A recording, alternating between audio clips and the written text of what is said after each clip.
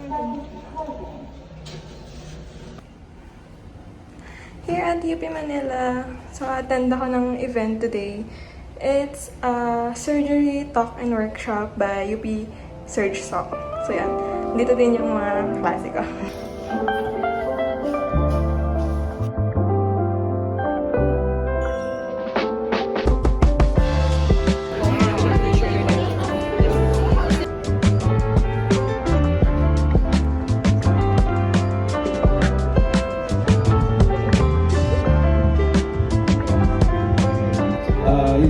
Automatically when they ask me why to go to neurosurgery, because I like neurology and I like surgery.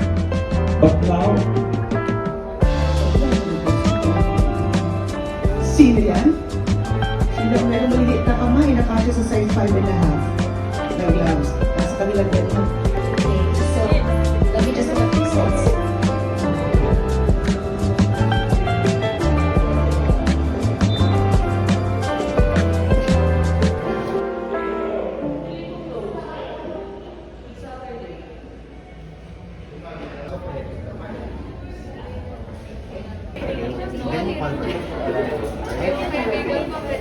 Now the room is like this. It's a big TV. What do you think?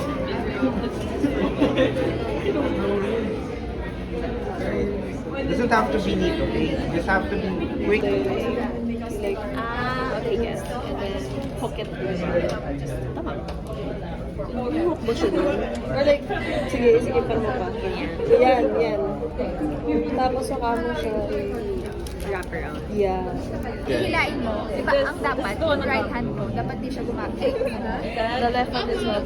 Kasi yung isang kamay mo, dapat di siya gumagalaw.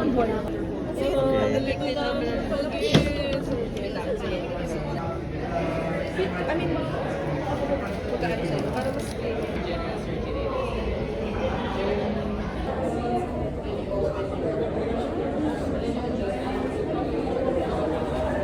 ask the nurse, for example, open, paki-open. oh, like this. Your. The fingers.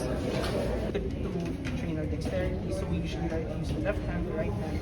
In this exercise, usually these are like bead on pegs. So one of the exercises we do is, for example, we get a bead, then we put it on the peg. Ito, we thread it like this. So, for example, this is practice of dexterity. So, example, we thread it through the legs like that. Tapos we use the other hand to pick it up. Ayan. Then like that. So it's passing the suture through the holes. Hi!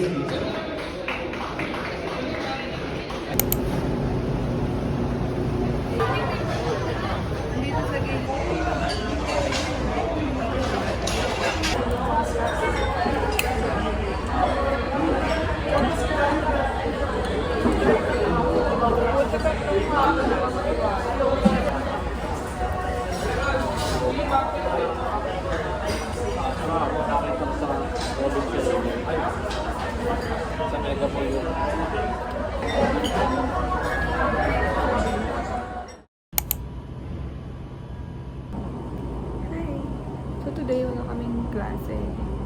Pero andito ko rin sa live. Kasi I'll do my readings here. And then ayusin ko lang din yung notion ko for my school tracker. Ayan. Let's get work done.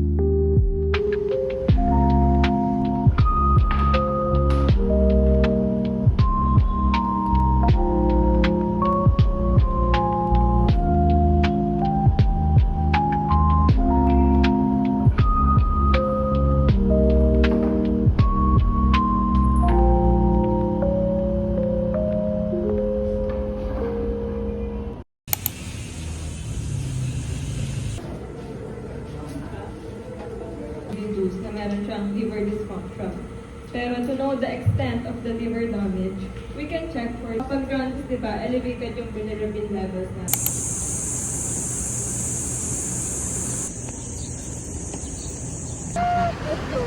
Let's go, guys.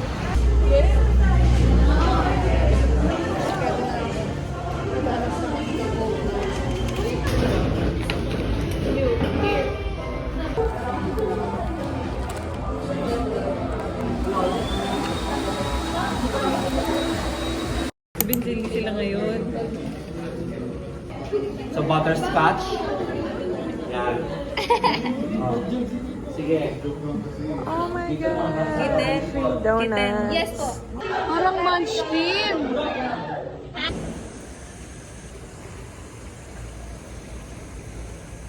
Explain ko yung church sa upuan. Oo. Kain po. Kain po. So, yung confident. Okay.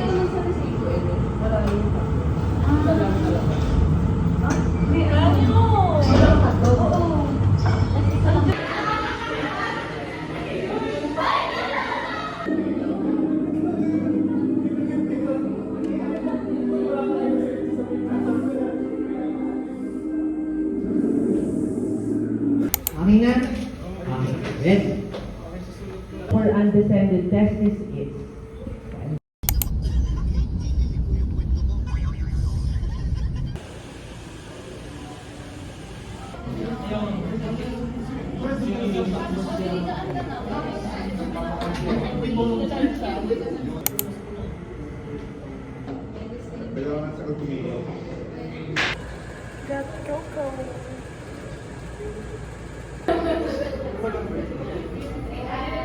Viral vector. So vector just means parang transport system siya. And then, the one used is adeno-associated virus.